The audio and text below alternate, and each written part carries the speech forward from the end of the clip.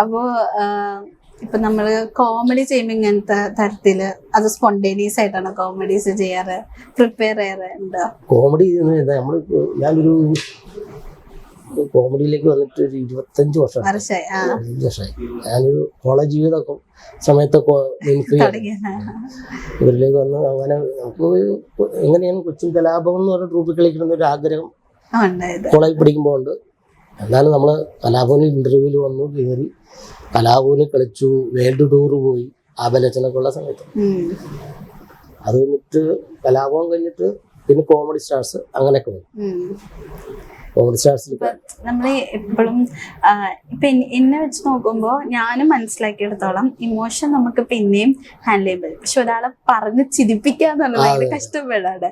അപ്പൊ ഈ മലയാള സിനിമയിൽ അങ്ങനത്തെ കുറെ ലെജൻസ് ഉണ്ടല്ലോ. അപ്പൊ ചേട്ടൻ അങ്ങനെ ആരെങ്കിലും ഭയങ്കര ഇൻസ്പയർ ചെയ്ത ആരെങ്കിലും ഉണ്ടോ? എനിക്ക് അങ്ങനെ മുകേഷ് ചേട്ടൻ എനിക്ക് ഇഷ്ടമാണ്. അതുപോലെ തന്നെ പുള്ളിയുടെ ഡയലോഗും അതെ കോമഡി കളിക്കുന്ന രസമാണ്. അങ്ങനത്തെ കുറെ ആളുകളൊക്കെ നമ്മൾ നോക്കും. ഇവരൊക്കെ ശരിക്കും ഞാൻ മുകേഷ് ചേട്ടനെ ഇമിറ്റേറ്റ് ചെയ്യുകയും ചെയ്യും. അതൊക്കെ കാണിക്കാം. അപ്പൊ അങ്ങനെ ശ്രദ്ധിച്ചിട്ടുണ്ട്. പിന്നെ പുള്ളിയെ അനുകരിച്ച് ചെയ്യാറില്ല. പിന്നെ നമ്മൾ ചെയ്ത സ്കിറ്റുകൾ എന്ന് പറഞ്ഞാൽ ഇഷ്ടം പോലെ വൈറലായിരുന്നു. ഫസ്റ്റ് വൈറലായ സ്കിറ്റാണ് മറ്റേ കുട്ടൻചാറിന്റെ ഫോട്ടോ ഉണ്ടോ, അത് ഞാനും രശ്മിയും കൂടെ ചെയ്തു. അങ്ങനെ വൈറലായ കുറേ സാധനങ്ങളുണ്ട്. നമ്മുടെ ഒരു എനിക്ക് തോന്നുന്നു കോമഡി സ്കിറ്റ്സില് ഏറ്റവും ഭയങ്കര നോട്ട് ചെയ്തതാണ് നമ്മുടെ കോമഡി സ്റ്റാർസ് എന്ന് പറയുന്ന ഒരു പ്രോഗ്രാം തന്നെ.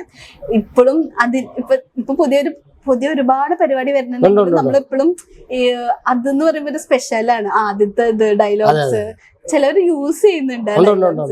അത് ഒന്ന് റൂട്ട് മാറ്റി പിടിച്ചിട്ട് കളിക്കും. ആ സാധനം തന്നെ അത് കറക്കി തിരിച്ച് അടിക്കുന്നുണ്ട്.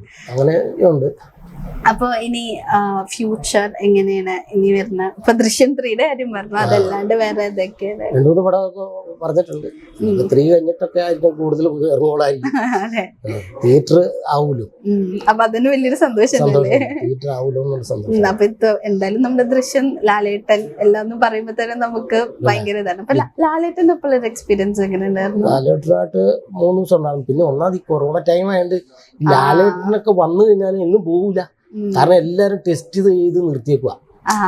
ഓൾറെഡി ടെസ്റ്റ് ചെയ്തേക്കാം. അതുകൊണ്ട് പുറത്തുനിന്ന് ഒരു മനുഷ്യനും ഇല്ല, ഒരാളെ കയറ്റുന്നില്ല. അപ്പൊ നമ്മൾ മാത്രമേ വർത്തമാനം പറയുന്നു. ലാലേട്ടനൊക്കെ അടുത്തറിഞ്ഞു ഇപ്പോഴും. അപ്പൊ ഇനിയിപ്പോ വരുമ്പോ ഇച്ചിനും കൂടെ ഫ്രീ ആയിട്ട് ലാലേട്ടനെയും കാണാം. അപ്പൊ ഒരു ഭയങ്കര ഒരു മേജർ ഇതായിട്ടൊരു പ്രൊജക്റ്റിലേക്ക് കടക്കല്ലേ. All the best. അപ്പൊ അതിന് മുന്നേ ഇപ്പൊ മിമിക്രി ചെയ്യാറുണ്ടോ? നമുക്ക് വേണ്ടിട്ട് എന്തെങ്കിലും മുകേഷ് ചേട്ടന്റെ ഡയലോഗ് പറയാം.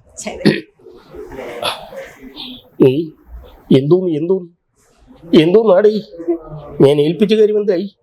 പിച്ചുകാര്യമല്ലടേ, ഏൽപ്പിച്ച കാര്യം എടേ, ഞാനില്ലാ സമയത്ത് എന്നെക്കുറിച്ച് സുഗന്ധവല്ലിയോട് പൊക്കി പറയാമെന്ന് പറഞ്ഞില്ലേ? അതൊരു 50 രൂപ മേടിച്ചില്ലേ? ദേണ്ട അമ്മാവൻ ഓടിക്കും. അപ്പൊ ഓൾ ദി ബെസ്റ്റ്. അപ്പൊ ഇനി വരുന്ന മൂവീസ് ഒക്കെ ഹിറ്റ് ആവട്ടെ എന്ന് ആശംസിക്കുന്നു. ഈ മൂവിയും ഹിറ്റ് ആവട്ടെ എന്ന് ആശംസിക്കുന്നു. Thank you so much.